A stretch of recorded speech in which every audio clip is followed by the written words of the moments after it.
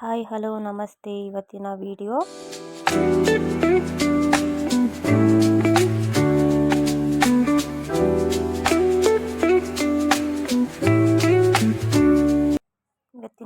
ಅಕ್ಕಿ ರೊಟ್ಟಿ ಹೇಗೆ ಮಾಡೋದು ಅಂತ ನೋಡೋಣ ಬನ್ನಿ. ಒಂದು ಬೇಸನ್ ತಗೊಂಡು ಆ ಬೇಸನ್ಗೆ ನಾನು 3 ಲೋಟ ಅಕ್ಕಿ ಹಸಿಟ್ಟು ಹಾಕ್ಕೋತಾ ಇದ್ದೀನಿ. ರುಚಿಗೆ ತಕ್ಕಷ್ಟು ಉಪ್ಪು ಮತ್ತು ನಾನಿಲ್ಲಿ ಬಿಸಿನೀರ ಮುಂಚೆನೇ ಕಾಯಿಸಿ ಮಾಡಿಕೊಂಡಿದ್ದೆ, ಆ ಬಿಸಿನೀರು ಹಾಕ್ಕೋತಾ ಇದ್ದೀನಿ.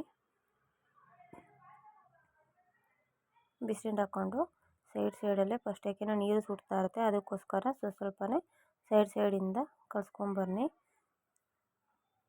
ಮಿಕ್ಸ್ ಮಾಡ್ಕೊತಾ ಬರಬೇಕು ನೀಟಾಗಿ. ಇದನ್ನು ಅನ್ನ ಹಾಕ್ಕೊಂಡು ಬೇಕಾದರೆ ತಣ್ಣೀರು ಹಾಕ್ಕೊಂಡು ಮಿತ್ಕೊಬೋದು. ನಾನಿಲ್ಲಿ ಬಿಸಿನೀರು ಹಾಕ್ಕೊಂಡಿದ್ದೀನಿ, ಅನ್ನ ಹಾಕ್ಕೊಂಡಿಲ್ಲ, ಬರೀ ಅಕ್ಕಿ ಹಸಿಟ್ಟಿಂದನೇ ರೊಟ್ಟಿನ ಹಾಕೋತಾ ತೋರಿಸ್ತಾ ಇದ್ದೀನಿ. ನೀವು ಹೊಸ್ದಾಗಿ ಮಾಡೋದಾದರೆ ಅನ್ನ ಹಾಕ್ಕೊಂಡು ಅಕ್ಕಿ ಹಸಿಟ್ಟು ಸ್ವಲ್ಪ ಹಾಕ್ಕೊಂಡು ಬಿಸಿನೀರೇ ಹಾಕ್ಕೊಳ್ಳಿ, ಪರವಾಗಿಲ್ಲ, ಏನಾಗಲ್ಲ. ನೋಡಿ ಈ ಥರ ನೀಟಾಗಿ ನೀರು ಸ್ವಲ್ಪನೇ ಹಾಕ್ಕೊಂಡು ಕಲಿಸ್ಕೊತಾ ಬನ್ನಿ.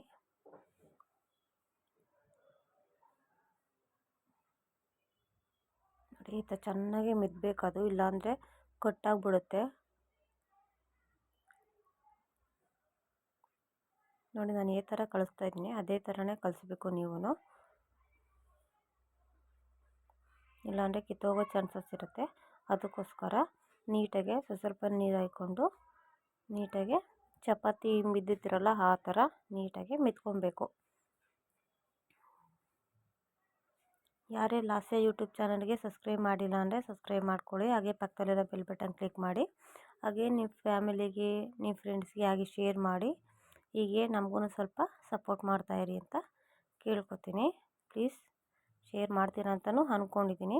ಎಲ್ಲ ಸ್ಕಿಪ್ ಮಾಡೋಕ್ಕೆ ಹೋಗಬೇಡಿ, ಪೂರ್ತಿಯಾಗಿ ವಿಡಿಯೋ ನೋಡಿ. ನೋಡಿ ಇವಾಗ ಯಾವ ಥರ ಬಂತಂತ ಈ ಥರ ಮಿತ್ಕೊಬೇಕು. ಮಿತ್ಕೊಂಡು ನಾನು ತವೆ ಕಾಯಕ್ಕೆ ಇಟ್ಟಿದ್ದೀನಿ. ಇದು ಕಬ್ಬಿಣದ್ದು ತವೆ. ನಾನಿವಾಗ ಹಸಿಟ್ಟು ಸ್ವಲ್ಪ ಕೆಳಗಡೆಗೆ ಹಾಕ್ಕೊಂಡು ಈಗ ಈ ಥರ ರೌಂಡಾಗಿ ಮಾಡ್ಕೊಬೇಕು. ರೌಂಡಾಗಿ ಮಾಡಿಕೊಂಡು ಅದ್ರ ಮೇಲೆ ಸ್ವಲ್ಪ ಹಸಿಟ್ಟು ಹಾಕ್ಕೊಂಬಿಟ್ಟು ಸೈಡಲ್ಲಿ ಫಸ್ಟು ತಡ್ಕೊತ ಬರಬೇಕು. ನೋಡ್ತಾ ಇದ್ದೀರಲ್ಲ, ಹೀಗೇ ತಡ್ಕೊಂಡು ಬರಬೇಕು. ಸೈಡಿಗೆ ತಿರುಗಿಸ್ಕೊತಾ ಇರಬೇಕು. ಯಾಕೆಂದರೆ ಅಡಿಲಿ ಹಸಿಟ್ಟು ಇಲ್ಲ ಅಂತ ಅಂದರೆ ಅದು ತಿರುಗಲ್ಲ, ಅದು ಅಂಟ್ಕೊಂಡ್ಬಿಟ್ಟಿರುತ್ತೆ. ಹಸಿಟ್ಟು ತಿರುಗಲಿಲ್ಲ ಅಂದರೆ ಹಸಿಟ್ಟಿಲ್ಲ ಅಂತ ಅರ್ಥ. ಆವಾಗ ನೀವು ಸ್ವಲ್ಪ ಎತ್ಬಿಟ್ಟು ಹಸಿಟ್ಟು ಹಾಕ್ಕೊಬೇಕು. ತಿರ್ಗಿ ಅದ್ರ ಮೇಲ್ಗಡೆ ಕೈಯನ್ನು ಅಂಟುತ್ತಾ ಇದೆ ಅಂತಂದರೆ ಸ್ವಲ್ಪ ಮೇಲ್ಗಡೆ ಹಸಿಟ್ಟು ಹಾಕ್ಕೊಂಡು ಹೀಗೇ ಕಲಿಸ್ಕೊತಾ ಬರಬೇಕು, ತೊಟ್ಕೊತಾ ಬರಬೇಕು. ನೋಡಿ ನಾನು ಹೆಂಗೆ ತೊಡ್ತಾ ಇದ್ದೀನಿ ನೋಡಿ. ಈಗ ತೊಟ್ಟಾಯಿತು ಪೂರ್ತಿ.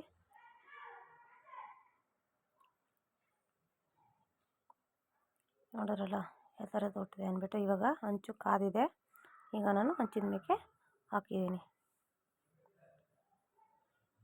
ಅದೇ ಈಗ ಅದು ಬೇಯೋ ಅಷ್ಟರಲ್ಲಿ ನಾನು ಇನ್ನೊಂದು ಬೇಗ ತೊಟ್ಕೊಂಡ್ಬಿಡ್ತೀನಿ.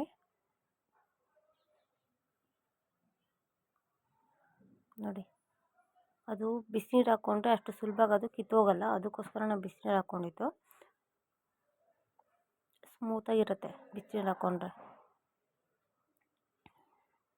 ನೋಡಿ ನಾನಿವಾಗ ಇದನ್ನ ತೊಟ್ಕೊಂಡ್ಬಿಟ್ಟೆ.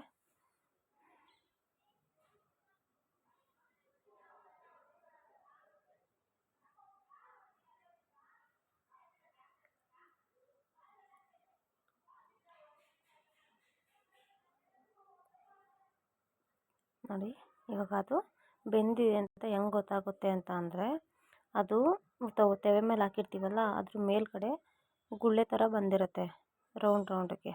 ಆವಾಗ ಅದು ಕಾದಿದೆ, ಬೆಂದಿದೆ ಅಂತ ಅರ್ಥ. ಆವಾಗ ನಾವು ಸ್ವಲ್ಪ ತಣ್ಣೀರು ತೊಗೊಂಡು ಹಾಕ್ಕೊಬೇಕು. ನಿಮಗೆ ಅದು ನೀವು ಹೊಸ್ದಾಗಿ ಟ್ರೈ ಮಾಡ್ತೀನಿ ಅಂತ ಅಂದರೆ ತಣ್ಣೀರು ಅವು ಸುಡುತ್ತದು. ನೋಡಿ ಹಂಗೆ ಹಾಕ್ಕೊಂಬಿಟ್ಟು ನೋಡಿ ಅಲ್ಲಿ ಗುಳ್ಳೆ ಬಂದು ಆ ಥರ ಬಂದಿದೆ, ಹಂಗಾದ್ರೆ ಬೆಂದಿದೆ ಅಂತ ಅರ್ಥ. ನೀವು ಹೊಸ್ದಾಗಿ ಏನಾರು ಮಾಡ್ತಿದ್ದೀನಿ ಅಂತ ಅಂದರೆ ಕೈ ಸುಡುತ್ತದು, ಅದಕ್ಕೋಸ್ಕರ ಒಂದು ತಣ್ಣೀರಿಗೆ ಬಟ್ಟೆ ಹಾಕ್ಕೊಂಬಿಟ್ಟು ಬಟ್ಟೆಲೂ ಸುದ ಹಾಕ್ಕೊಬೋದು ನೀರು. ನೋಡಿ ಇವಾಗ ಯಾವ ಥರ ಬೆಂದಿದೆ ಅಂತ ನೋಡಿ. ಸಾಕು, ಆ ಕಡೆನೂ ಮಗ್ಚಿ ಹಾಕ್ತೆ ನೋಡಿ, ಈ ಥರ ಮಗ್ಚಿ ಹಾಕಿದ್ದೀನಿ. 2 ಕಡೆಯಿಂದ ಬೆಂದಿದೆ. ಒಲೆ ಆದರೆ ಈ ಥರ ಒಲೆ ಒಳಗಡೆ ಹಾಕಿ ಬೇಯಿಸ್ಬೋದು, ಈ ಸ್ಟವ್ ಮೇಲೆ ಇನ್ನೇನು ಮಾಡೋಕ್ಕಾಗತ್ತಲ್ವ, ಅದಕ್ಕೋಸ್ಕರ ನಾನು ಇದೇ ಥರ ಬೇಯಿಸ್ಕೊತಾ ಇದ್ದೀನಿ. ನೋಡಿ ಆ ಥರ ಬಂದಿದೆ ಅಂದ್ಬಿಟ್ಟು. ಈಗ ಇನ್ನೊಂದು ತೊಡ್ಕೊಂಡಿದ್ದಲ್ಲ ಅದನ್ನು ಅಷ್ಟೇ ತೆವೆ ಮೇಲೆ ಹಾಕ್ಕೊಂಡು ಅದನ್ನು ಹಂಗೆ ಬೇಯಿಸ್ಕೊತಾ ಇದ್ದೀನಿ. ನೋಡಿ ಅಲ್ಲಿ ಹೋಲ್ ಬಂದಿದೆ ನೋಡಿ, ಗುಳ್ಳೆ ಥರ ಆಗ ಬಂದರೆ ಬೆಂದಿದೆ ಅಂತ ಅರ್ಥ. ನೀರು ಹಾಕ್ಕೊಂಡು ಮಗ್ಚಾಕ್ಕೊಬೇಕು.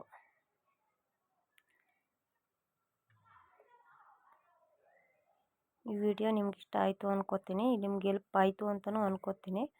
ಹೆಲ್ಪ್ ಆದರೆ ಒಂದು ಲೈಕ್ ಮಾಡಿ, ಶೇರ್ ಮಾಡಿ, ನಿಮ್ಮ ಫ್ರೆಂಡ್ ಫ್ಯಾಮಿಲಿಗೆ ಹೀಗೆ ಸಪೋರ್ಟ್ ಮಾಡ್ತಾಯಿರಿ.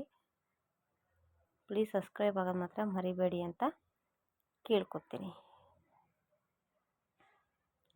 ನಿಮ್ಮ ಫ್ರೆಂಡು ಫ್ಯಾಮಿಲಿಗೆ ಶೇರ್ ಮಾಡಿ. ನೋಡೋದಕ್ಕೆ ನಾನು ಬೆಂಡೆಕಾಯಿ ಪಲ್ಯ ಮಾಡಿದ್ದೆ. ನೋಡಿ ಫೈನಲ್ ಆಗಿ ಈ ಥರ ಬಂದಿದೆ.